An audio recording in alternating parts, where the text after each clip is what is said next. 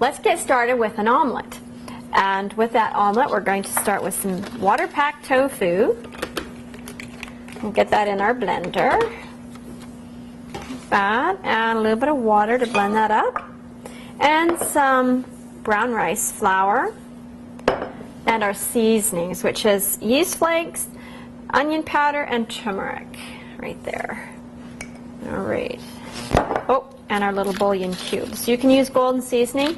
That recipe was in your previous lesson. All right, let's blend this up.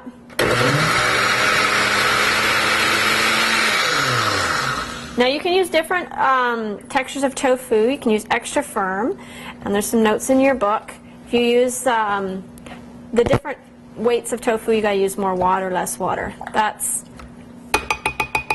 all there is to it. So we'll blend it some more.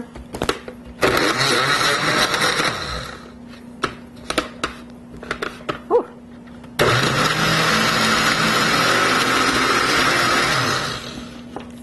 Okay, it's getting close.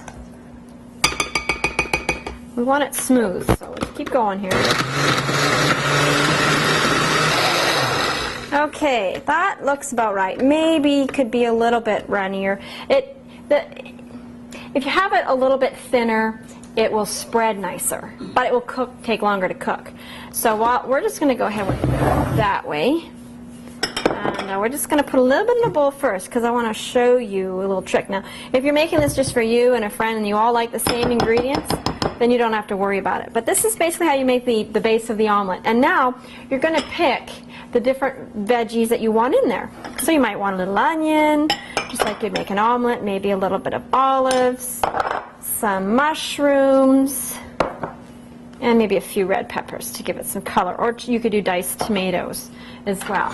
And any of the things you would normally put in an omelet, you can go ahead and put in this base.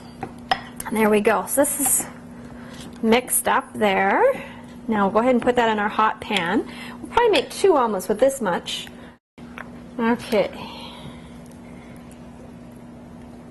Oh, I think I got this pan a little low. We want to hear it steaming hot. I can hear it a little bit. Well, there's one little omelet. Let's make one more. Here we go. Now, most frying pans, well, I shouldn't say that. You can get good frying pans and they come with lids, but a lot of your cheaper pans don't come with a lid. But that's okay. I just take one off my soup pot and I use it that way. All right. We're going to go ahead and put the lid on. It does help it cook better if the lid is on like that.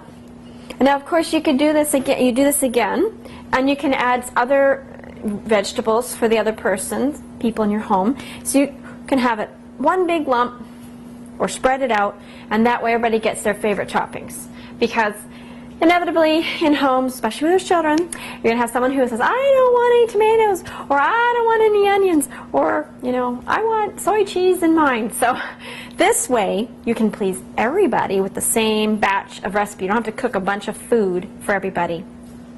So there's different things you can do there. I'm going to just check these and see if we're getting some of that dry look. Remember we showed on the crepes and pancakes, it's just getting a little bit dry on the edges. Still going to need a little bit of time yet.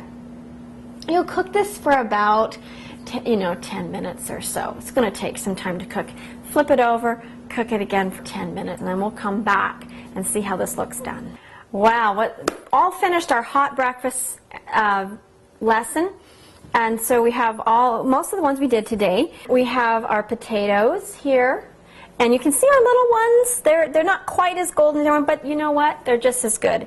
And there's no oil in those at all. So you can, of course, make these without any oil, and that's how they'll look. Not quite as even, but still good.